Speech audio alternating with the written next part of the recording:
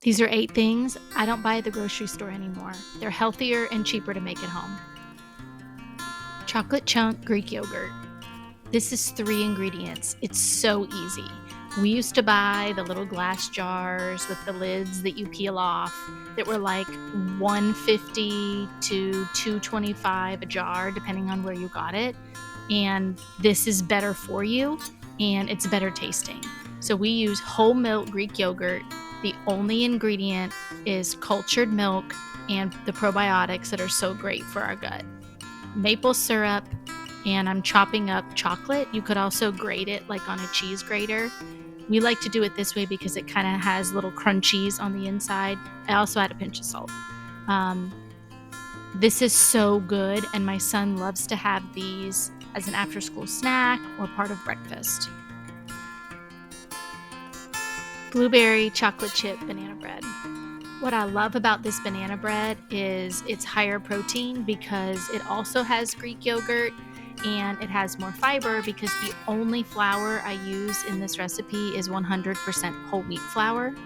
So I'm going to do the wet ingredients first. That's butter, bananas, eggs, Greek yogurt, brown sugar, and vanilla. Once I get this all mixed up, I'm going to add in the flour and the leavening agents, which is baking soda, baking powder, and also some salt. I'm going to mix it as little as I can just until it doesn't look dry because I don't want this bread to be tough. Then I'm going to sprinkle in my chocolate chips and frozen blueberries, and I'm going to go back in with a spatula instead of the mixer. I just want to get it incorporated, but I don't want the whole thing to turn blue.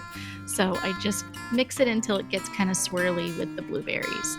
This is actually a double batch, so you'll see I'm going to pour one, and then I'm going to put it in the oven. The reason I do a double batch is because I like to keep one in the fridge for the week and have one ready to go in the freezer when we need a quick breakfast. Homemade fruit roll-ups. The only ingredient in these fruit roll-ups is fruit. That's it. And you get to choose what fruit you want to put in. So this is whatever I had in the refrigerator that needed to be used up or in the freezer. So I have applesauce, strawberries, blueberries, and peaches. I just put it all in a pan with a splash of water and let it simmer until it all gets soft.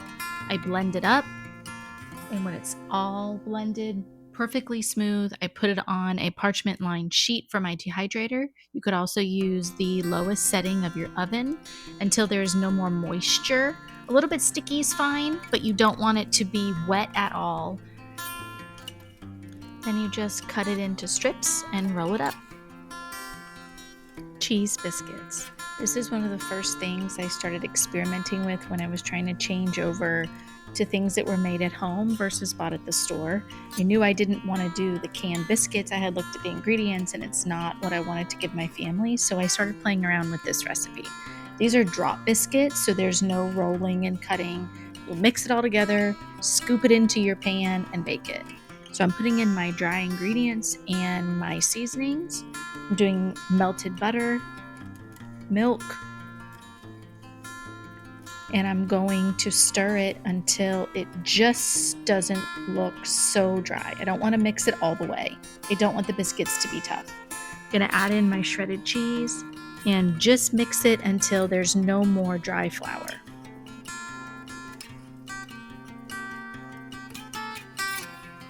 I'm going to take a greased cast iron skillet and a cookie scoop, and I'm going to scoop out each one. I really like the cookie scoop because each one is the same size and it's way less of a mess than trying to do the 2 spoons and that sort of thing.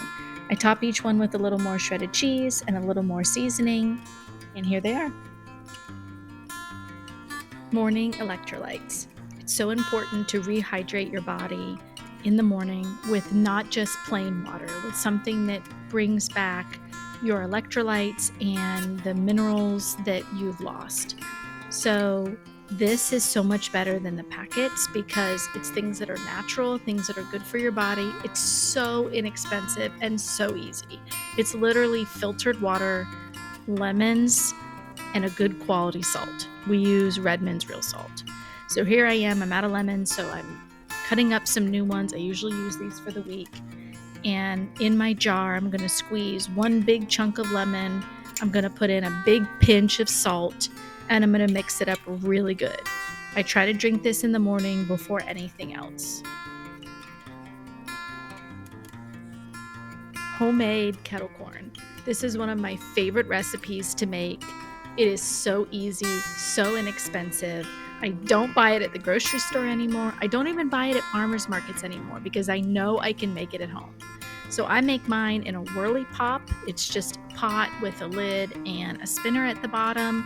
You could also make this in a regular pot. You would just shake it instead of stirring the handle part. I'm going to add in a neutral oil. This is avocado oil, and 3 or so popcorn kernels. When that heats and gets hot enough, those kernels will pop, and that'll signal me that I know it's ready for the rest of it.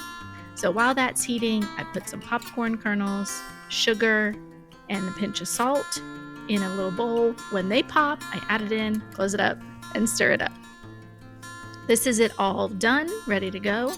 I pour it into a big bowl. It does kind of stick together. I like to keep it in big chunks. It's a little bit salty and pretty sweet. This will be your new family favorite. Movie nights, for sure. Homemade flour tortillas. These are something that I batch make and then keep in the freezer for when we need them for tacos or we want to make wraps, that sort of thing, quesadillas. And they're only 4 ingredients. It's some kind of fat, some kind of flour, salt, and water. So the fat I'm using is a mix of tallow and lard because that's what I had on hand. You could also use butter or oil. And the flour I'm using is bread flour because I want them to be really chewy and have that really great tortilla texture. You could also just use regular all-purpose flour. I put it in the bowl of a stand mixer and let it go until it gets really smooth. And then I cut it into however many tortillas or whatever size tortillas I'm looking for. I roll them into really nice smooth balls and I put them back into the bowl just to rest for a little while until I'm ready to roll out the dough. If you're rolling it out and you notice that it's just coming back on you like a rubber band, it's not staying rolled out, the dough needs to rest. So I let it rest for a little while and I'm rolling it out. I'm not the best with a rolling pin, so I'm just doing my best. I get it as flat as I can with a rolling pin, and then I actually go back in with my hands and kind of stretch the dough and push the dough out with my hands to get it as round as I can and as thin as I can. Now the trick is, once this is all the size and shape that I want, I'm not going to pick it right up and put it in the hot pan. I'm going to leave it on the counter to rest for just a couple more minutes, and I'm going to roll out the next tortilla. Then I can come back to this one, put it in a hot pan. You know it's right when you see the little bubbles coming up on the pan. It takes about 30 seconds to a minute on each side, and then I flip it. I will put parchment paper in between each tortilla and put them in the freezer. Then I can just grab what I want when I need them. Peanut butter and chocolate date bars. These are wonderful. They use dates instead of using like a caramel to make the dessert sweeter and have that kind of chewy texture. So you also don't need any kind of special pan or muffin tin or anything like that. I'm just using parchment paper. So I take melted chocolate and I make some little dollops on that parchment paper. I open up the dates. Mine were not seeded, so I took the seed out, opened them up real flat, smushed them down into the chocolate, took peanut butter, brushed it on top in as thick of a layer as I wanted, and then put some more melted chocolate on the top. It took no time at all to make these. Once I had them all layered together how I wanted, I just stuck them in the fridge until everything was kind of hardened up. And it took maybe an hour or so. It has that wonderful chocolate peanut butter taste, which to me, it doesn't get any better.